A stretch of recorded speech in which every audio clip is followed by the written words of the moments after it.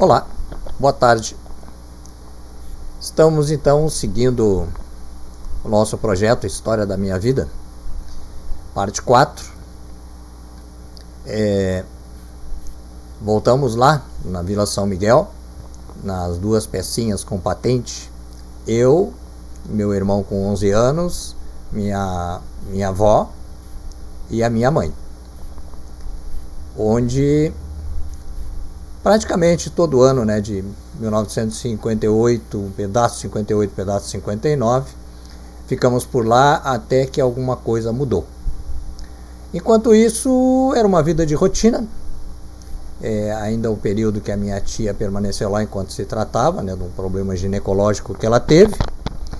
E tivemos uma vida de rotina. O meu irmão ainda conseguiu, o colégio, que o nível era no máximo até a 3ª série.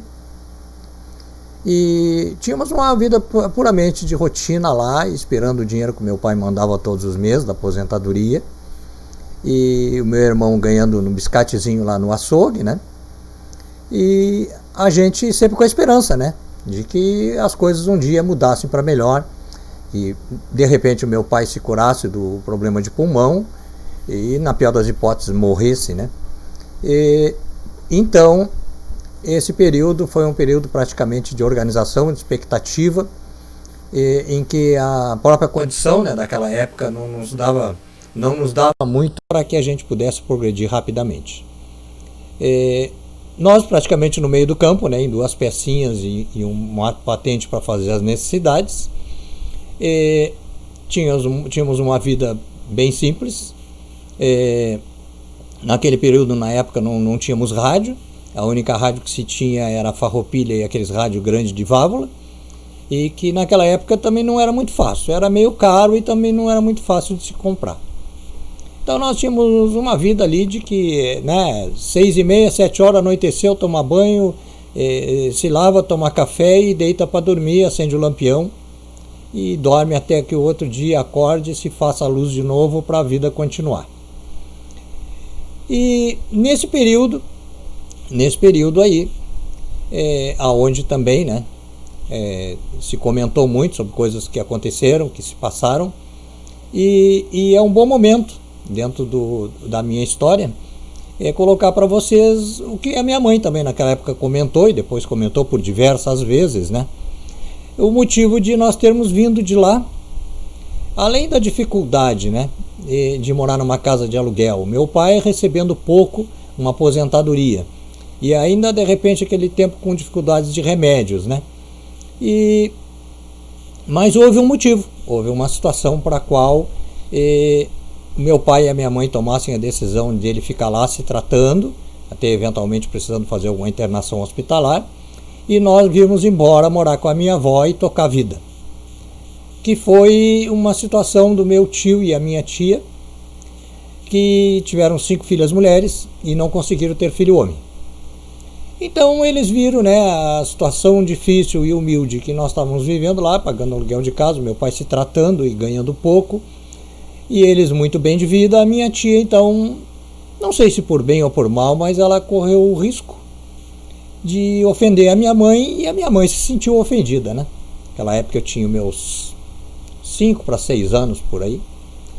E aí então fizeram uma proposta na frente do meu pai para minha mãe, que se ela me doasse para eles de papel passado como filho, que eu não teria uma vida desgraçada, que eu não teria uma vida de pobre, uma vida humilde, e que eles, como meio de vida, e eles não tinham filho homem, que eles me dariam tudo de bom na vida, que eu teria uma vida muito feliz e me formaria um doutor, um engenheiro, um médico, seria um grande homem na vida, talvez até um futuro presidente da República. Enquanto que com o meu pai doente, com a minha mãe simples e pobre, que eu não teria grande futuro na vida. Então fizeram essa proposta, em que a mãe na realidade se ofendeu, houve até uma discussão, e ficou aquele clima de animosidade entre as duas famílias, Poxa, o meu pai tendo que depender da ajuda do meu tio, e nós morando em casa alugada, com dificuldades, e a minha mãe ofendida, quer dizer, aí começou a não pedir ajuda, nem para minha tia, a esposa do meu tio, e também não pedi ajuda, no caso para minha tia, né? Então ficou ruim, ficou difícil lá, então ficou combinado. E o meu pai viria, que nós viríamos embora, meu pai ficaria lá se tratando, se um dia ele se curasse, ele viria para Rio Grande morar com nós novamente. Então viemos embora, aí voltamos lá, a situação da Vila São Miguel, onde viemos, né, começamos a nos organizar, conforme eu falei no vídeo anterior, e tem um caso típico, para não ficar muito maçante, né, o meu vídeo da história, uma coisa interessante que aconteceu na Vila São Miguel, nessas duas pecinhas que nós morávamos, ali 6h30, 7h, né, quem tinha que tomar banho, tomar café, e se deitava com o lampião aceso até uma certa hora, e por incrível que pareça, né, lá é um lugar descampado, né, os terrenos só com aquelas cercas de arame, e quando aconteceu, né, de um barulho muito forte, né, tipo uma coisa esfregando na parede, que era casa de madeira, né, e um barulho assim, tipo batendo com alguma coisa no chão, e como se estivesse forçando a porta, forçando a parede. Aí a minha avó e a minha mãe se assustaram, eu também, o meu irmão também. E aí então diz a minha avó assim: não, faz assim, vamos falar bem alto e grosso que nem homem, que aí se é ladrão eles vão ficar com medo e vão se embora. Então vamos falar alto e vamos falar grosso que nem homem. Olha, o Antônio, o João, tu levanta que tem ladrão lá na rua, eles podem querer arrombar a porta, traz o revólver, porque se eles quiserem te matar, tu dá um tiro.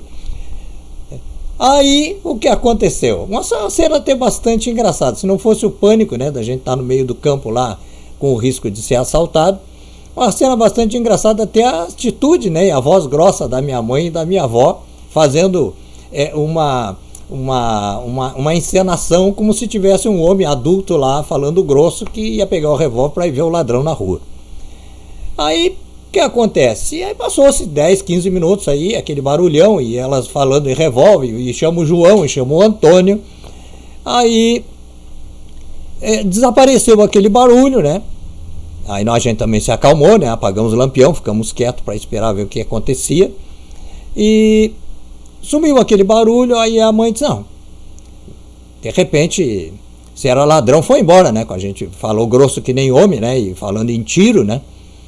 E aí resolvemos, a mãe acendeu o lampião, levantou da cama, acendeu o lampião, aí eu fui junto com ela, eu estava sempre junto com ela, que eu era o mais pequeno. Aí abriu com jeitinho, né, a porta das duas pecinhas que nós morávamos.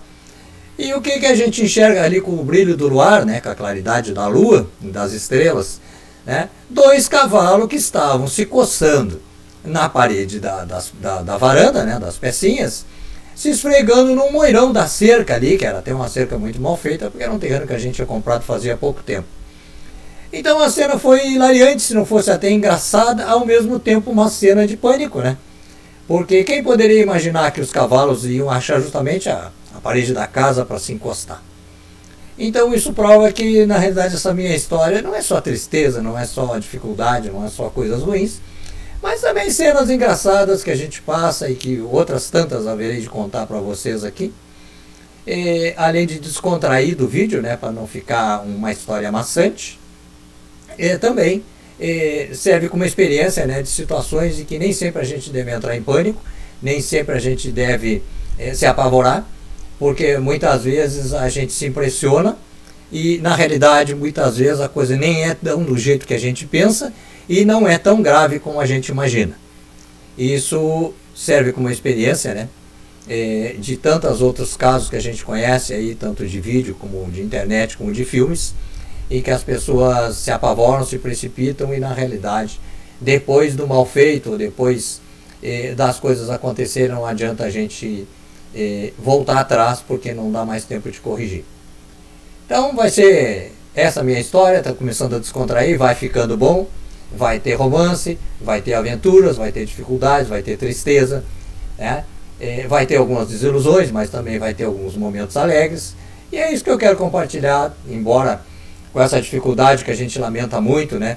Até alguns amigos, pessoas conhecidas e todos os seres humanos que estão sofrendo e morrendo com esse coronavírus, que parece que temos uma luz no fundo do túnel em que Deus há de ajudar para que a gente consiga superar essa dificuldade, que é a vacina, que está iniciando nos outros países. A gente tem esperança que saia por aqui, e eu espero que nossos amigos todos, e todos que assistiram esse vídeo, como todo ser humano, se cuidem, porque realmente eu, nos meus 68 anos, não tinha visto ainda uma doença tão crua, tão rápida e tão cruel,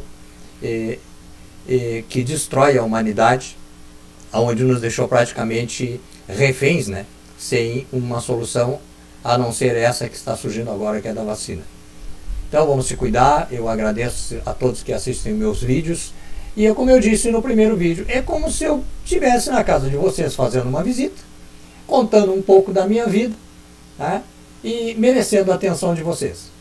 Eu agradeço mais uma vez pela atenção a todos aqueles que me deram a oportunidade. Se vocês quiserem clicar aí no gostei do YouTube, eu agradeço. Embora isso não vá me resultar, porque eu não faço isso por dinheiro, faço pelo prazer de contar a minha história para as pessoas e para ficar na história, para que um dia alguém leia, um dia algum neto, um sobrinho ou algum parente meu veja esses vídeos e saiba que pelo mínimo um parente deles se propôs a contar a história da sua vida, para que as pessoas tirem de experiência, e se não também como distração, de escutar um caos bem contado, mas um caos que foi verdadeiro. Eu agradeço a todos, uma boa tarde, muito obrigado. No próximo vídeo a gente continua.